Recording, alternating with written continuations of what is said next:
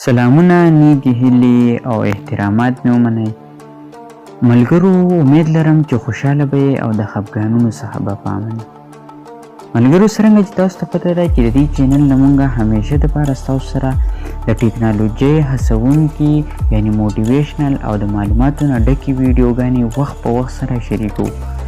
نو دغه رنګ په نننۍ ویډیو کې مونږ دا هڅه کړله چې تاسو ته څه معلومات درکو او هغه معلومات څه دي د تمنیل نه به هم تاسو پته لګولي وي. نو په نننۍ ویډیو کې مونږ تاسو ته هغه ویب سایټ درښایو چې د هغې نه تاسو په خپلې خوښې سره کتابونه ډاونلوډ کولی شئ بغیر د معاوضی نه. نو راځئ ځو چې هغه ویب سایټ څه دی. نو ملګرو، تاسو به داسې کار وکئ چې ګوګل به خلاص کئ یعنی ګوګل به اوپن کئ. ګوګل چې کله تاسو خلاص کو نو د دې په سرچ بار کې په دې سرچ بار به کلیک کئ او په سرچ بار کې به ټایپ کئ زما سره یعنی ولیکئ زما سره د خپل کیبورډ نه PDF ډرایو. دلته زما سره راوستو دا PDF ډرایو چې دی په دې باندې تاسو کلیک کئ. کله هم چې تاسو په PDF ډرایو کلیک کو نو دلته به تاسو سره په دې وړومبي سره باندې تاسو سره واخلي www.pdfdrayo.com په دې باندې به کلیک کئ او تاسو به ورسئ د PDF ډرایو یعنی د ویب سایټ هغې اصل پیج ته.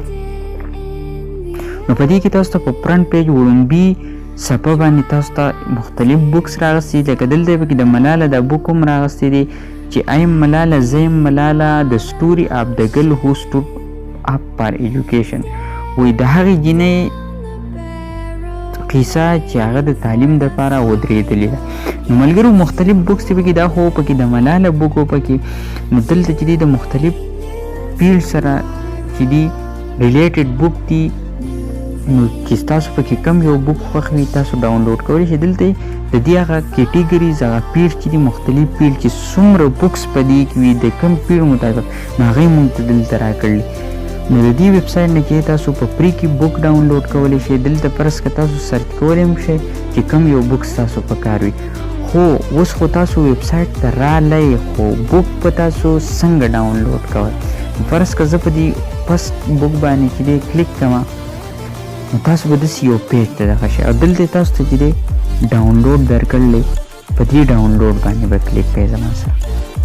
کله چې تاسو په ډاونلوډ باندې کلیک کوئ نو دلته هغه پروسیسینګ کیږي. نو هغه پروسیسینګ چې زما سره پوره شو او دلته به تاسو په دې باندې کلیک کوئ ډاونلوډ PDF. په PDF کې به تاسو سره ډاونلوډ شي. خو دا خو دې ته زما ضرورت نشته. نو صرف تاسو د پوهې دپاره ما په دې بوک باندې کلیک کو. نو ملګرو، امید لرم چې دا ویب سایټ تاسو ته ښه لګېدلي وي او که فرض که تاسو د کتاب سره شوق لرئ نو د دې ویب سایټ نه تاسو فایده اخیستی شئ. نو امید لرم چې نننۍ ویډیو ستاسو په فایده راغلی وي، تاسو یې څه زده کړي وي. نو زمونږ ویډیو لایک کړئ او د نورو داسې ښه ویډیوګانو لپاره زمونږ سره ملګرتیا وساتئ. زمونږ چینل سبسکرایب کړئ. د نور بلې ویډیو پورې د لوی الله په امان چې چېرته هم یې ښه د باد بریالي اوسئ. بای بای.